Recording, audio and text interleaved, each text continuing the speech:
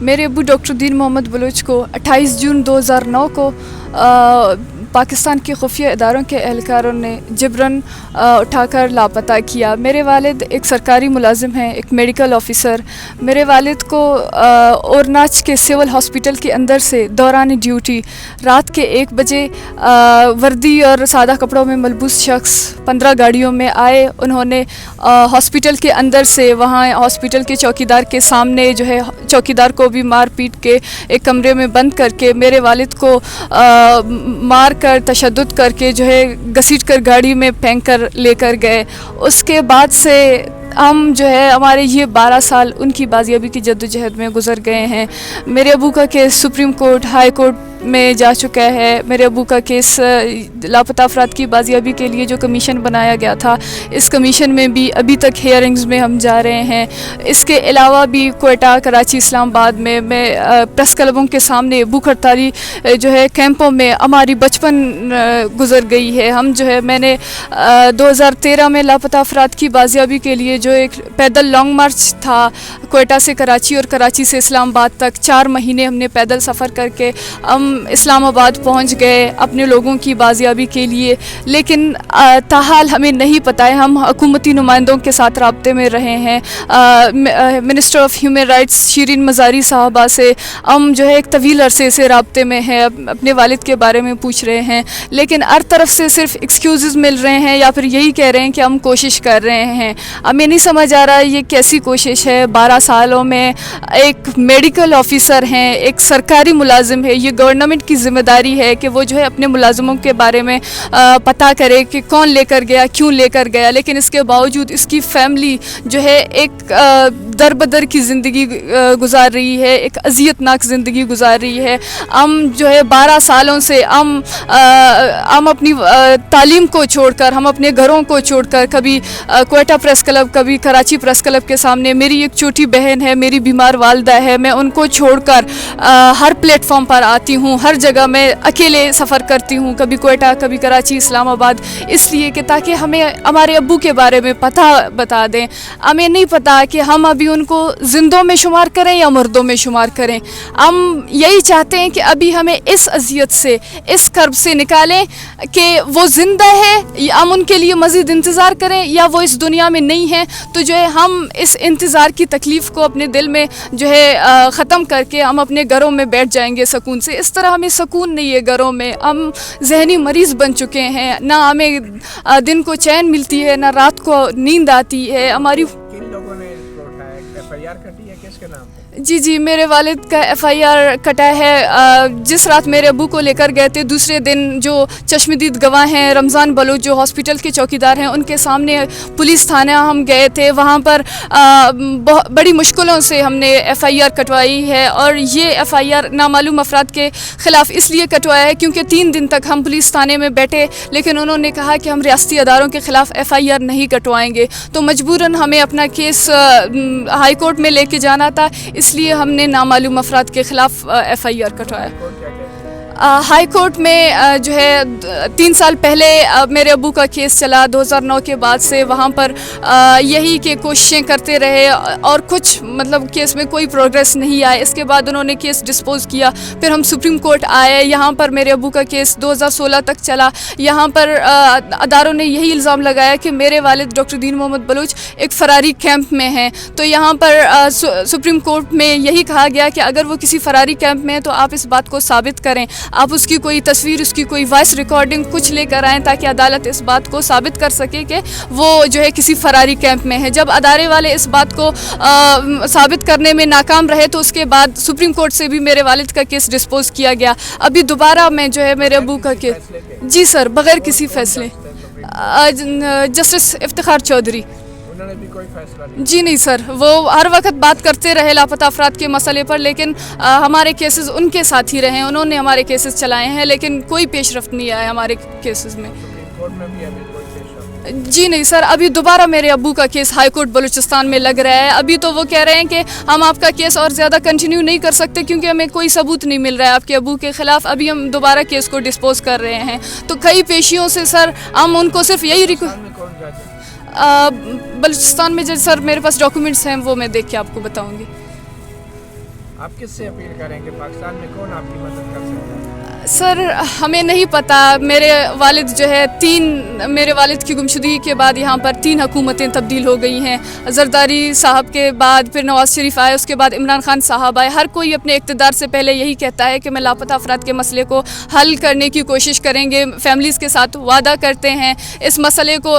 سب سے زیادہ تو ہم جو ہے پر امید تھے کہ وزیر اعظم عمران خان صاحب اس مسئلے کو حل کریں گے, کیونکہ انہوں نے صاف الفاظ میں کہا تھا کہ میرے دور حکومت میں ایک شخص بھی لاپتہ نہیں ہوگا. ابھی ان کی حکومت کو 3 سال گزر چکے ہیں, لیکن ابھی تک ہم جو ہے بلوچستان میں ہماری پوری زندگی سڑکوں پر گزر چکی ہے. ابھی آج ہم یہاں اسلام آباد میں آئے ہیں, یہاں پر ہم وزیر اعظم عمران خان صاحب کو کہنا چاہتے ہیں کہ ابھی آپ کا گھر 10 منٹ کی دوری پر ہے, یہاں پر تو کم از کم آپ آئیں, ہم سے پوچھیں ہم کون ہیں, ہم کیا چاہتے ہیں, ہمارے مطالبات کیا ہیں. ہمارے صرف سمپل مطالبات ہیں کہ ہمارے لوگوں نے اگر کچھ کیا ہے انہیں عدالتوں میں پیش کریں, صرف ہمیں اس درد اور تکلیف سے نکالیں. اگر وہ عدالت کے مطابق, اس ملک کے مطابق وہ مجرم ہیں, ان کو بھلے ہی آپ سزا دیں, لیکن اس طرح ان کی پوری خاندان کو اس اذیت اور کرب سے نجات دلائیں. لاپتہ افراد کے لواحقین کی کہانیاں سن کر ایک ہی بات ذہن میں آتی ہے کہ ریاست کو شرم نہیں آتی ہے اور ہمارے ادارے اتنے بے بس ہیں. آپ نے سنا کس طریقے سے دن دہاڑے اور رات کے اندھیروں میں لوگوں کو اٹھایا جاتا ہے, وردی میں, سرکاری گاڑیوں میں, گواہان بھی موجود ہوتے ہیں, اور انتہائی ڈٹائی اور بے شرمی سے ہر جگہ کہہ دیا جاتا ہے کہ ہمیں نہیں پتہ کس نے اٹھایا. ریاست کو تو یہ بھی نہیں پتہ تھا کہ ایبٹ آباد میں امریکی حملہ کیسے ہوا. ریاست کو اور بھی بہت سارے بڑے واقعات کا نہیں پتہ, مگر شرم کے علاوہ اور کچھ بھی نہیں جو ریاست کو دکھانی چاہیے. اور خاص کر بلوچستان جیسے علاقے میں کتنے عرصے سے ہم کامیاب آپریشنز کر رہے ہیں, مگر ان تمام کامیاب آپریشنز کے باوجود لوگوں کو ابھی بھی اٹھایا جاتا ہے. حال ہی میں 2 درجن سے زائد افراد اچانک ہی بازیاب ہو گئے اور اپنے گھروں میں آ گئے. بہت اچھی بات ہے, کسی کو احساس ہوا, کسی کو شرم آئی. ہماری عدالتیں تو کچھ نہیں کر سکی, ہماری پولیس تو کچھ نہیں کر سکی, ہماری حکومتیں تو کچھ نہیں کر سکی. آخرکار اغوا کاروں کو ہی شرم آئی, اور ان اغوا کاروں کا ہی شکریہ, کیونکہ ہماری حکومت اور ہماری ریاستوں کے ادارے اس قابل نہیں کہ ان کا شکریہ ادا کی جا سکے. تو اغوا کاروں کا شکریہ اور ان کی مہربانی, ان کی رحم دلی کی مہربانی کہ 2 درجن سے زائد لوگ اب واپس آ گئے ہیں. مگر جو لوگ اس وقت میرے پیچھے بیٹھے ہیں, لواحقین ان لاپتہ افراد کے جو 10-10, 12-12 سال سے لاپتہ ہیں, ان کو شاید احساس نہیں, ان کے شاید بیوی بچے نہیں, ان کے کوئی رشتہ دار نہیں, ان میں انسانیت نہیں کہ جو ابھی تک ان لوگوں کو رہا نہیں کر رہے ہیں. میرے ساتھ موجود ہیں نصر اللہ بلوچ صاحب, جو voice of Balochistan missing person کے نمائندہ ہیں. بلوچ صاحب, یہ جو لوگ واپس آئے ہیں کچھ ان کے بارے میں بتائیں, یہ کون لوگ ہیں اور آپ کی ان سے بات ہوئی, اور پولیس کو کیا یہ بیان دیتے ہیں, کیا پولیس ان کے بیان ریکارڈ کرتی ہے, کیا ریاستی ادارے یہ معلوم کرنے کی کوشش کرتے ہیں کہ کہاں تھے؟ سر, جو لوگ لاپتہ ہوئے ہیں ان کے فیملیز, جس طرح آج آپ کے سامنے فیملیز کا یہی الزام ہے کہ ہمارے پیاروں کو اٹھانے میں ملکی اداروں کا ہاتھ ہے, تو جتنے بھی لوگ بازیاب ہوئے ہیں ان کے فیملیز کا یہی موقف ہے کہ ہمارے لوگ اداروں کے ہاتھوں جبری طور پر لاپتہ کیے گئے.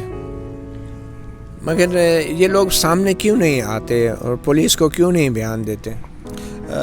سر دیکھیں, جب ایک شخص جبری طور پر کسی گھر سے لاپتہ ہوتا ہے تو اس گھر پہ اس گھر کے لوگ ذہنی اذیت سمیت بہت سے مشکلات کا شکار ہوتے ہیں, اور وہ اپنے پیاروں کے حوالے سے جہاں کہیں بھی انہیں آسرا ہوتا ہے وہ وہاں چلے جاتے ہیں اپنے پیاروں کے حوالے سے, تاکہ ان کو ان کا بندہ صحیح سلامت ملے. اچھا, کتنے سال بعد لوگ واپس آئے؟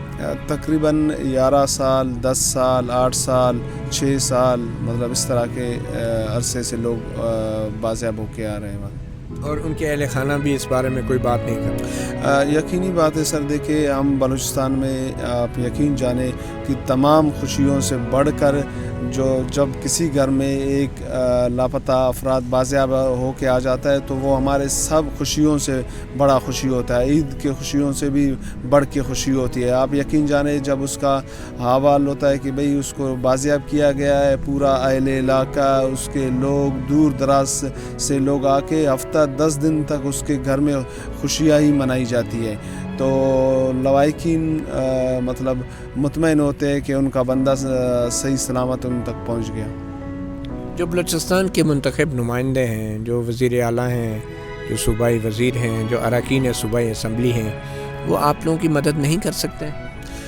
سر دیکھیں مختلف حکومتوں کے ساتھ ہمارے ملاقات ہوئے تھے.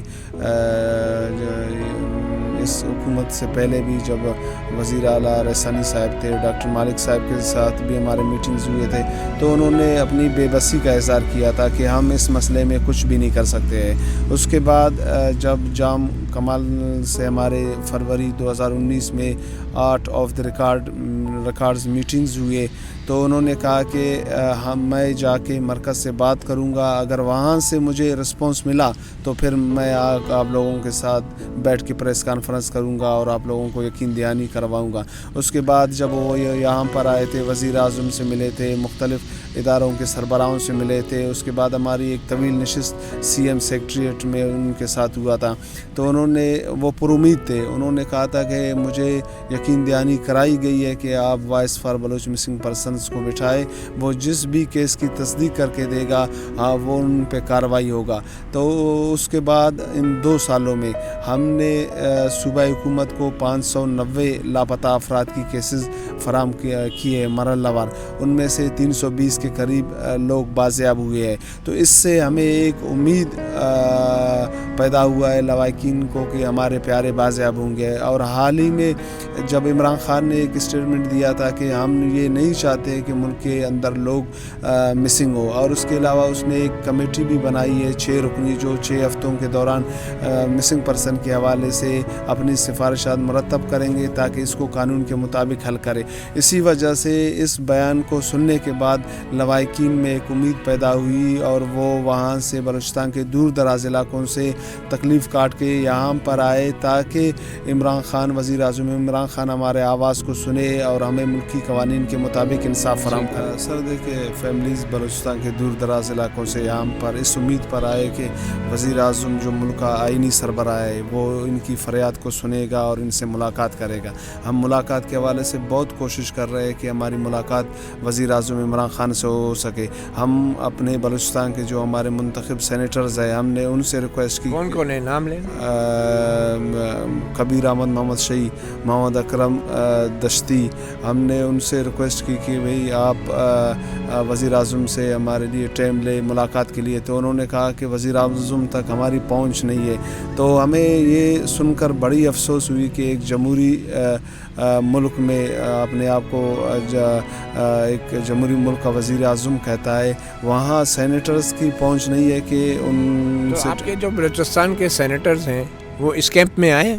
جی آئے تھے, کبیر محمد شہید بھی آئے تھے, اکرم دشتی صاحب بھی آئے تھے, اور اس کے علاوہ عثمان کاکڑ صاحب بھی یہاں پہ آئے تھے.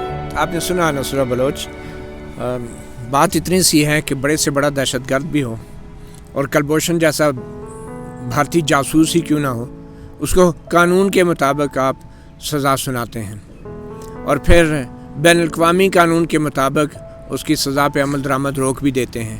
تو کیا پاکستان یا بلوچستان میں کوئی قانون نہیں ہے, کوئی ادارے نہیں ہیں, کوئی ثبوت نہیں ہے, کوئی شواہد نہیں ہے, کوئی نظام نہیں ہے؟